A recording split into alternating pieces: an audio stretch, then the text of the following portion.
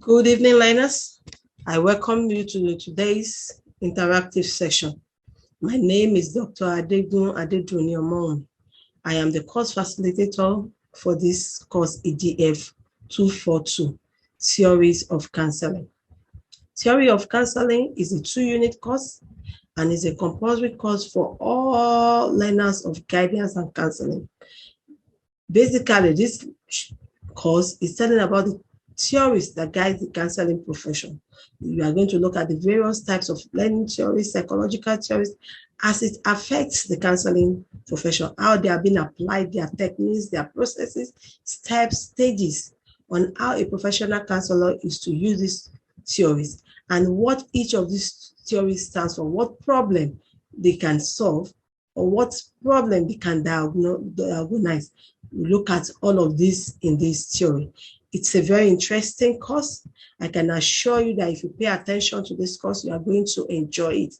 And this course, once you have a sound knowledge of it, that will distinguish you as a professional counselor.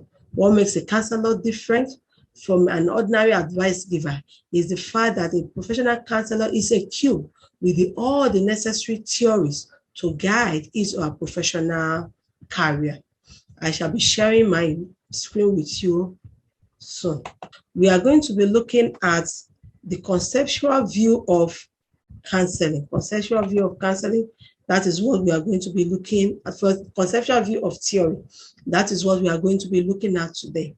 That's our topic for today. And as we go through this course, I expect that after you have listened to this course, you have studied this interactive section, you have paid attention to it, you will be able to meet the 4 learning outcomes that have been set. And these learning outcomes are, after you have carefully studied this section, you shall be able to define theory. You should be able to define what a theory is and what a theory is not. At least list 3 characteristics of a good theory. When we say a theory is good, it means that that theory displays some certain characteristics. So we are going to look at these characteristics in the course of this, our interaction. We are also going to discuss the 5 importance of theory in counseling. What is the importance of theory in counseling? Is theory just there, or it serves a purpose? We are going to be looking at that during this session also. We are also going to describe the 4 categories of counseling theories. There are 4 categories of counseling theories. We shall be looking at that in the course of our interaction. So let's go to the main course of today. What is a theory? According to Olusegun and Ubanga, 1996, a theory is the practical means of making systematic observations and explaining a phenomenon. It observes. I want us to pick that keyword, observation and phenomenon. Those are the basic 2 keywords there. Say a theory is a practical means of making systematic observation and explaining a phenomenon. For us to say, this is a theory, it must have observed systematically some human phenomena and be able to explain it. Also, according to Nugent, 1996, a theory is an unsubstantiated hypothesis or a speculation concerning reality that is not yet defined known to be. But when the theory becomes confirmed, it becomes a fact. According to Nugent, he has said that a theory is an hypothesis or a speculation concerning the reality that is not yet defined known to be so. But when it's tested and confirmed, it becomes a fact, a postulation. That is, according to him, that is what a theory is. A theory can be viewed as a cluster of related assumptions, systematically related to each other and to a set of empirical definitions. Systematically related to each other, a cluster of related assumptions, that is thinking, opinions that are systematically related to one another. They are interwoven. There is a relationship between them. And this set of assumptions as a matter of observation and all of the research that have been put into it, they have been able to make an empirical definition that this is this, for so reason. Also, a theory is a set of statements which has been tested over time, with which explanation can be made about a natural phenomenon, such as reason why human beings behave in a particular way in a given situation. You will agree with me that counseling encounter is an encounter with humans. It's not an encounter with goats. It's not an encounter with animals or with, concrete, objects like tables or chairs. It is a relationship between the client and a professional counselor. So we have been told that this theory is a set of statements that have been tested over time.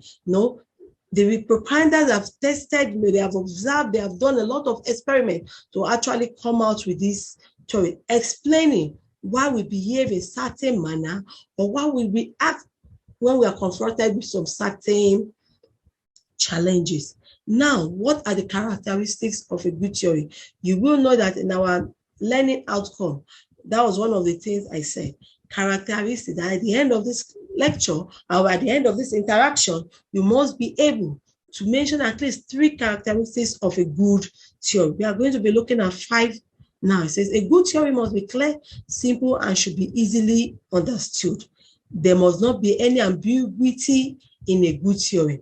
A good theory should be useful for the intended practitioners. Remember that I talked about theories of counseling. When we say a theory is for counselor, it means that it must be useful for counselors. Counselors must be able to apply it and get a desired result. A theory must be explicit and erratic. This means that the concept must be clearly defined operationally. Every concept of that theory must be clearly defined operationally according to the concept of that theory. A good theory must be logically consistent. That is, it should begin from a logical and consistent manner in explaining a relationship. It must be logical. It must be systematic. It must follow a procedure. It's not a good theory will not just come out with all forms. It must be systematic and logically in order. It must be orderly. That is what a good theory is. A good theory should be comprehensive. It must cover all that it needs to cover.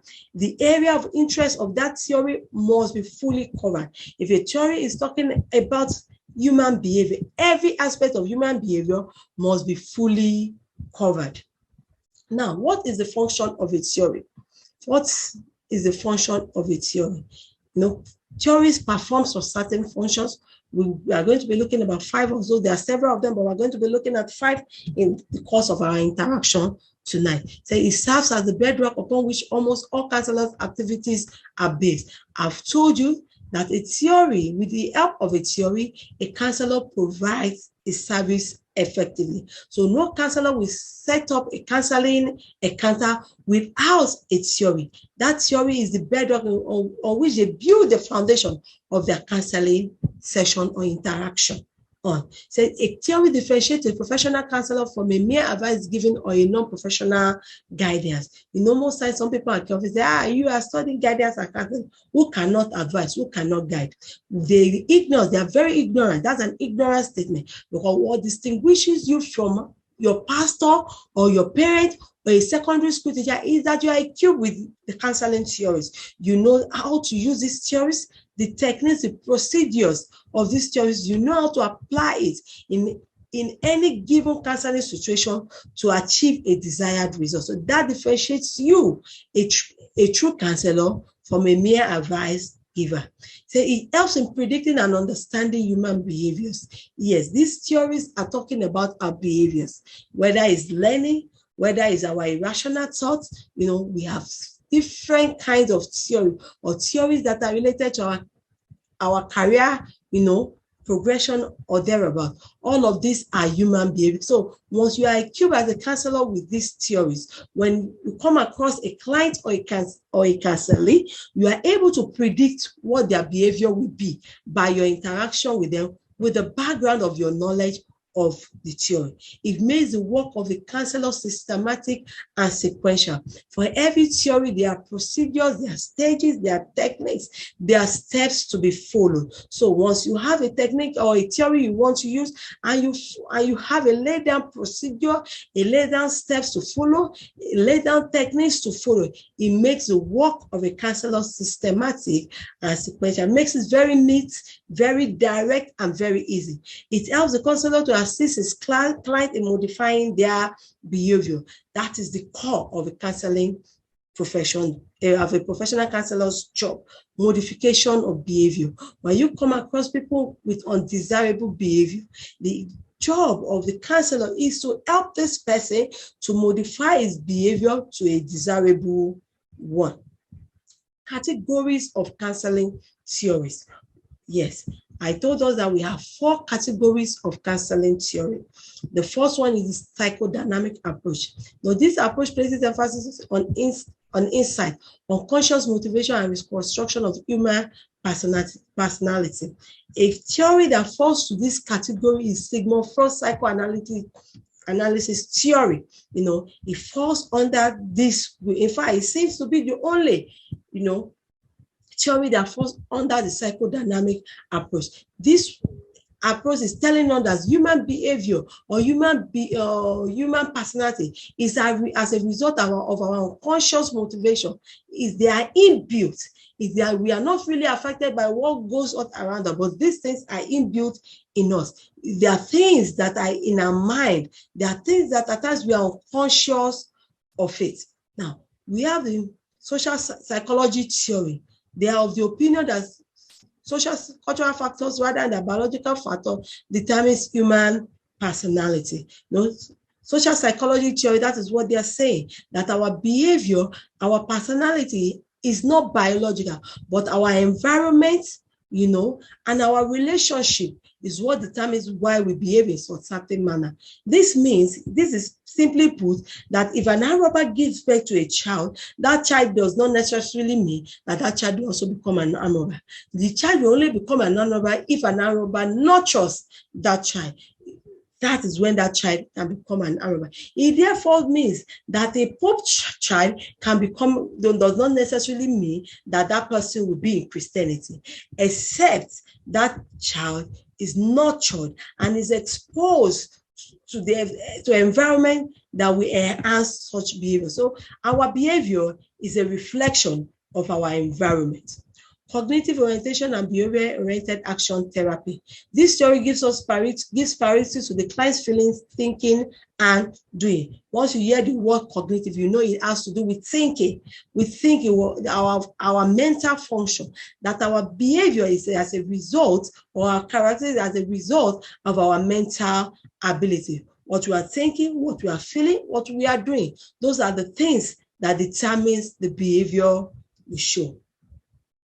Now, like I said, you can remember that in our learning outcomes, I said that we have 4 learning outcomes that I expect that you should be able to achieve at the end of this course.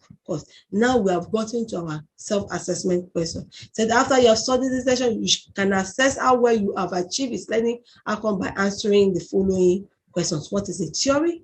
List 3 characteristics of a good counseling theory. Discuss 5 importance of theories in counseling. Describe the categories of counseling theory. Those are the 4 questions I expect you to be able to answer. If you write down your answers and you go back to the beginning of this video to check your answer, if you feel you are not correct, you can listen to it over and over until you are able to answer them correctly without copying directly from the videos or from your model. If you can internalize this and answer them correctly without copying from anywhere, you have achieved the learning objective for this session. Now, summary. In this interaction today, we have told us what a theory is. We have said that a theory is the practical means of making systematic observation and explaining a phenomenon. It's a practical means of making systematic observation and explaining a phenomenon. We have talked about characteristics of a good counseling theory. I have said here that a good counseling theory must be simple and clear. It must not be ambiguous. A good counseling theory must be functional, must be applicable for the intended practitioner. If you have a counseling theory that counselors cannot use, we cannot say that is a good counseling theory. A good counseling theory must be systematic. It must be comprehensive. A good counseling theory must be comprehensive. It must cover all that it intends to cover. Like I mentioned, if a counseling theory is to look at human behavior, it must cover all aspects of human behavior. If it doesn't cover all aspects of human behavior, we can't say that counseling theory is a good theory. We have also looked at the functions of a theory. What are the functions of a theory? We have said one of the functions is that it's the bedrock of a counselor's activity. It is upon this theory that a counselor's activity is being set upon. We have also said, that a counseling theory differentiates a professional counselor from a mere advice giver like our pastors, our teachers, our parents, our friends, because they do not have the idea of what a theory is. They are not exposed to all these counseling theories. We are, and that makes us ahead of them. It says it helps a counselor to understand and be able to predict human behavior. Those are some of the theories, functions of a theory that we have spoken about in this interactive session. I have also mentioned and explained the 4 categories of counseling theories, which are psychodynamic theory, social psychological theory, experimental relationship-oriented theory, and cognitive-oriented behavior-oriented action theory. These are the 4 categories of counseling theory. I really appreciate you for listening. Thank you for listening. And I hope, that we can do this often, more and more. Thank you so much for listening. Thank you.